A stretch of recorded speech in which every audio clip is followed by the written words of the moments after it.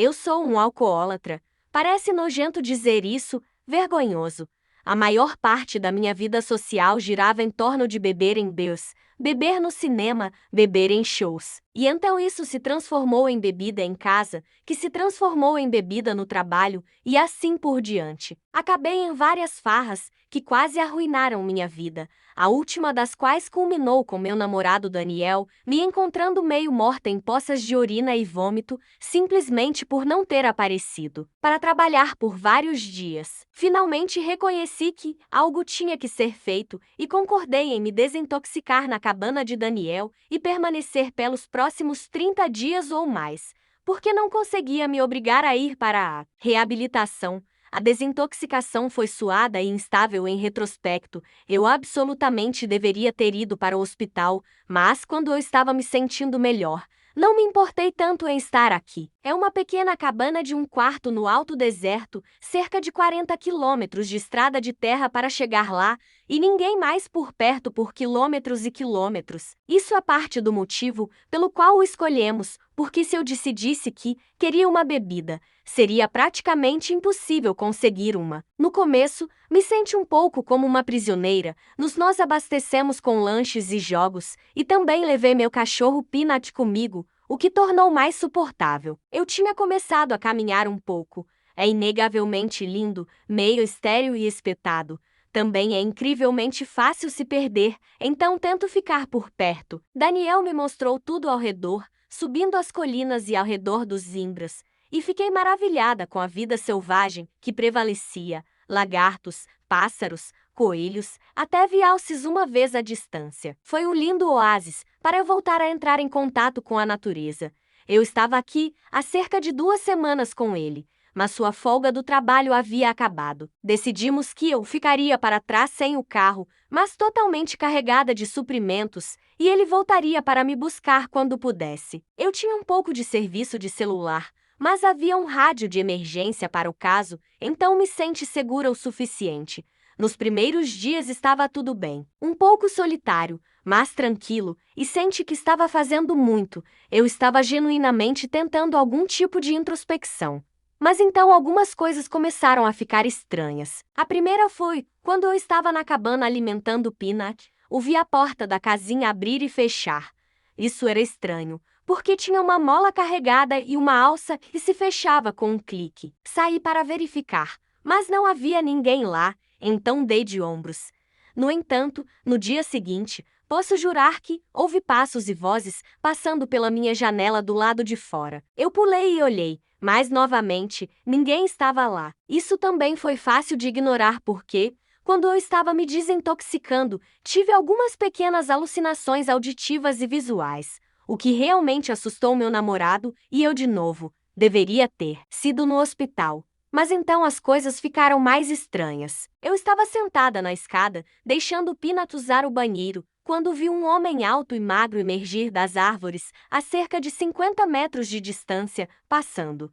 Me assustou muito. Chamei-o e ele parou abruptamente. Ele lentamente se virou e me encarou por um longo momento, antes de se virar novamente e continuar seu caminho. Voltei para dentro com o cachorro e tentei encontrar um bom lugar para enviar uma mensagem de texto para Daniel. Felizmente, a mensagem foi enviada e pude dizer a ele que tinha visto alguém, e isso me assustou. Ele me disse que havia pessoas espalhadas pela área e, embora o mais próximo estivesse a 11 ou 13 quilômetros de distância, não era impossível que alguém estivesse apenas caminhando ou acampando. Ele me disse para ficar atento ao meu redor e manter a arma por perto se eu me sentisse insegura.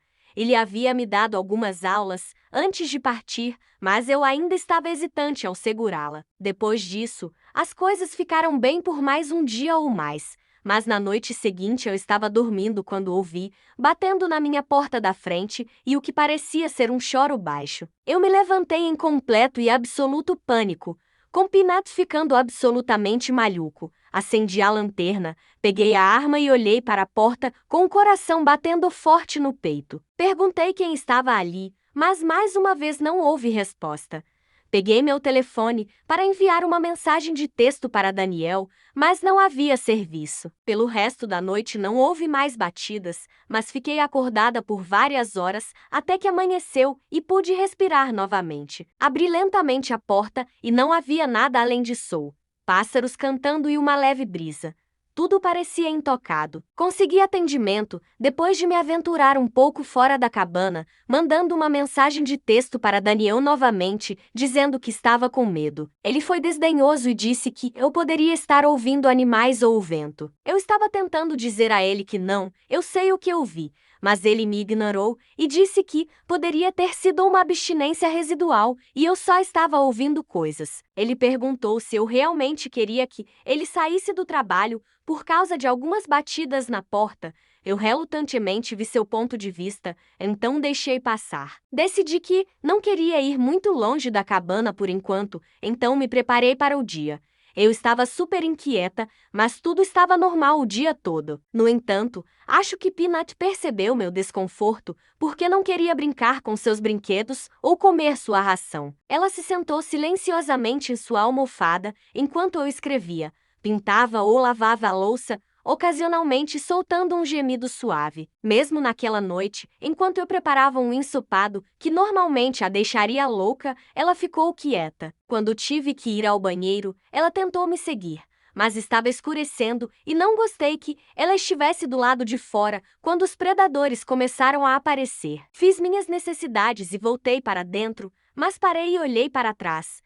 Perto dos degraus estava a base de uma mandíbula, grande caindo aos pedaços. Isso não era inerentemente incomum em um lugar como este com vacas e alces e um cachorrinho, que gostava de colecionar coisas, mas eu tinha quase certeza de que não estava lá antes. E Peanut nunca saiu de minha vista. Olhei em volta com intensa paranoia e corri para dentro, trancando a porta atrás de mim. Peguei meu telefone para enviar uma mensagem de texto para Daniel novamente, mas não havia barras.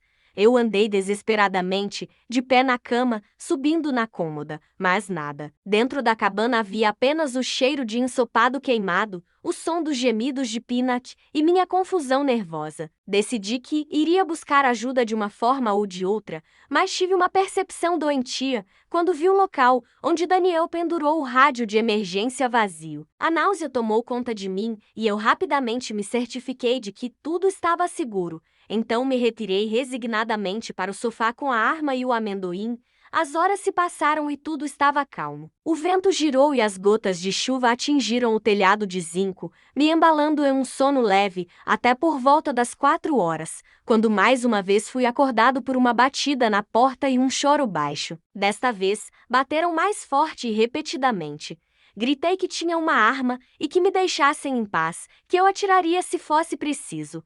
As batidas pararam e as risadinhas começaram. Houve um som na porta, como se estivessem batendo os dedos, a batida leve e rítmica. As batidas e as risadinhas começaram a se mover, parecendo se mover ao longo da lateral da casa. Acompanhei com os olhos enquanto Peanut tremia ao meu lado. Parou na minha janela, as mesmas batidas rítmicas e as risadas cada vez mais profundas e sinistras. Fui até a janela para abrir a cortina, mas não havia nada lá.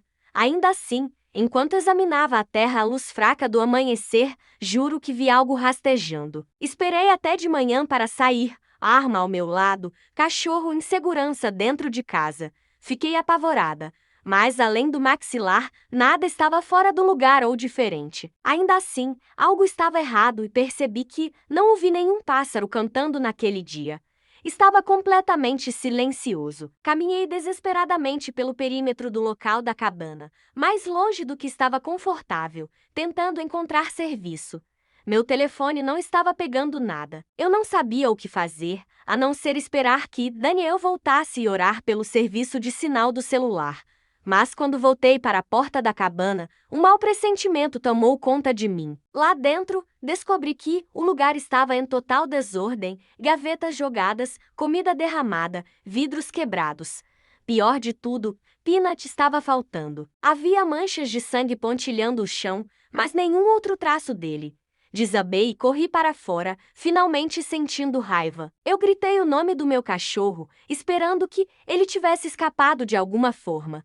Caminhei até doer, minha voz rouca e meu rosto coberto de lágrimas. Desta vez, porém, comecei a ouvir as risadinhas durante o dia, aquelas risadinhas ameaçadoras. Eu não sabia dizer de que direção vinha, apenas que estava se aproximando. Relutantemente, recuei para a cabana, olhando pela janela e esperando ver Peanut. É onde estou agora, escrevendo isso no meu telefone e rezando para que Daniel volte logo. As risadas não pararam e o crepúsculo começou. À distância, posso ver algo rastejando para fora das árvores. Eu não entendo o que está acontecendo. Eu gostaria de ter uma bebida.